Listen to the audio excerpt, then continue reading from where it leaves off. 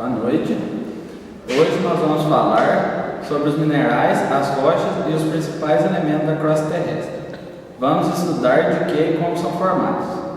Para começarmos a falar desse assunto, teremos que voltar a alguns conceitos básicos. Todas as substâncias são formadas por pequenas partículas, chamadas átomos. Para se ter uma ideia, eles são tão pequenos que em uma cabeça de alfinete cabem 60 milhões de átomos. A palavra átomo significa indivisível, mas apesar do nome, nós sabemos que eles são compostos por partículas menores ainda, os prótons, nêutrons e elétrons. Os átomos agregados formam as moléculas. Já as moléculas, quando estão organizadas em um padrão tridimensional, que se repete ao longo do espaço, ou seja, uma estrutura com geometria bem definida, formam os cristais. A ligação entre as moléculas mantém a estrutura cristalina estável e pode ter diferentes intensidades, podendo ser desde ligações iônicas até ligações mais fracas. São exemplos de alguns cristais o tetraedro de silício e o octaedro de alumínio, que são os blocos de construção dos minerais de argila. Vários cristais agregados em uma estrutura cristalina ordenada formam os minerais, que são sólidos de origem inorgânica e ocorrem naturalmente na crosta terrestre. Vários minerais unidos formam as rochas. Elas podem ser formadas por um ou mais minerais. As rochas podem ter 3 origens diferentes: magmáticas ou ígneas. Quando a consolidação do magma ocorre em subsuperfície, formam-se rochas intrusivas. Exemplo, o granito. Quando ocorre em superfície, formam-se rochas magmáticas extrusivas. Exemplo, o basalto. As rochas ígneas escuras são mais ricas em minerais contendo magnésio e ferro, daí o nome máfico. Enquanto as rochas ígneas claras são mais ricas em silício e alumínio.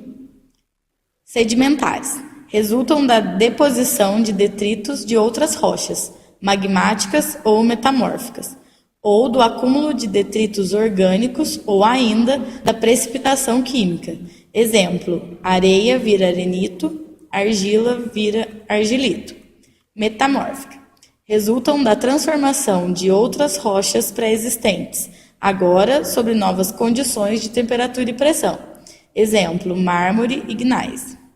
No planeta Terra, sobre uma cobertura de detritos, solo, vegetação, água e gelo, ocorrem materiais sólidos denominados rochas, representando 3% da superfície dos continentes, ou seja, são parte essencial da crosta terrestre, que é uma das camadas da Terra.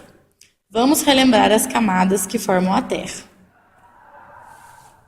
De acordo com os cientistas, nosso planeta deveria ter sido uma enorme massa pastosa, incandescente, que ao longo do tempo se resfriou. Formada por 3 camadas principais e 2 descontinuidades, crosta, manto e núcleo são as camadas principais.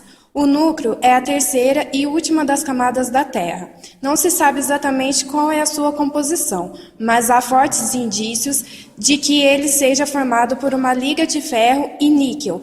A crosta ou litosfera é a primeira camada da Terra e também a menor das estruturas do planeta, mas é a mais importante para as atividades humanas. Ela é fundamentalmente composta por rochas leves, tendo como minerais predominantes o silício, o alumínio e o magnésio. Nas zonas continentais, apresenta uma variação de 20 a 70 km de espessura, medidas que diminuem nas zonas oceânicas, onde a variação é de 5 a 15 km. 95% das rochas que constituem a crosta são ígneas e metamórficas, porém ocupam só 25% da sua superfície. Já as rochas sedimentares apresentam 5% da crosta, mas cobrem 75% da superfície. Vamos falar um pouco do basalto e dos granitos, que são as principais rochas da crosta terrestre, como já falamos anteriormente. O basalto é uma rocha bastante escura e compacta e apresenta alguns cristais desenvolvidos sobre a massa. Essa massa compacta não pode ser estudada a olho nu, nem à lupa, porque é constituída por cristais microscópicos.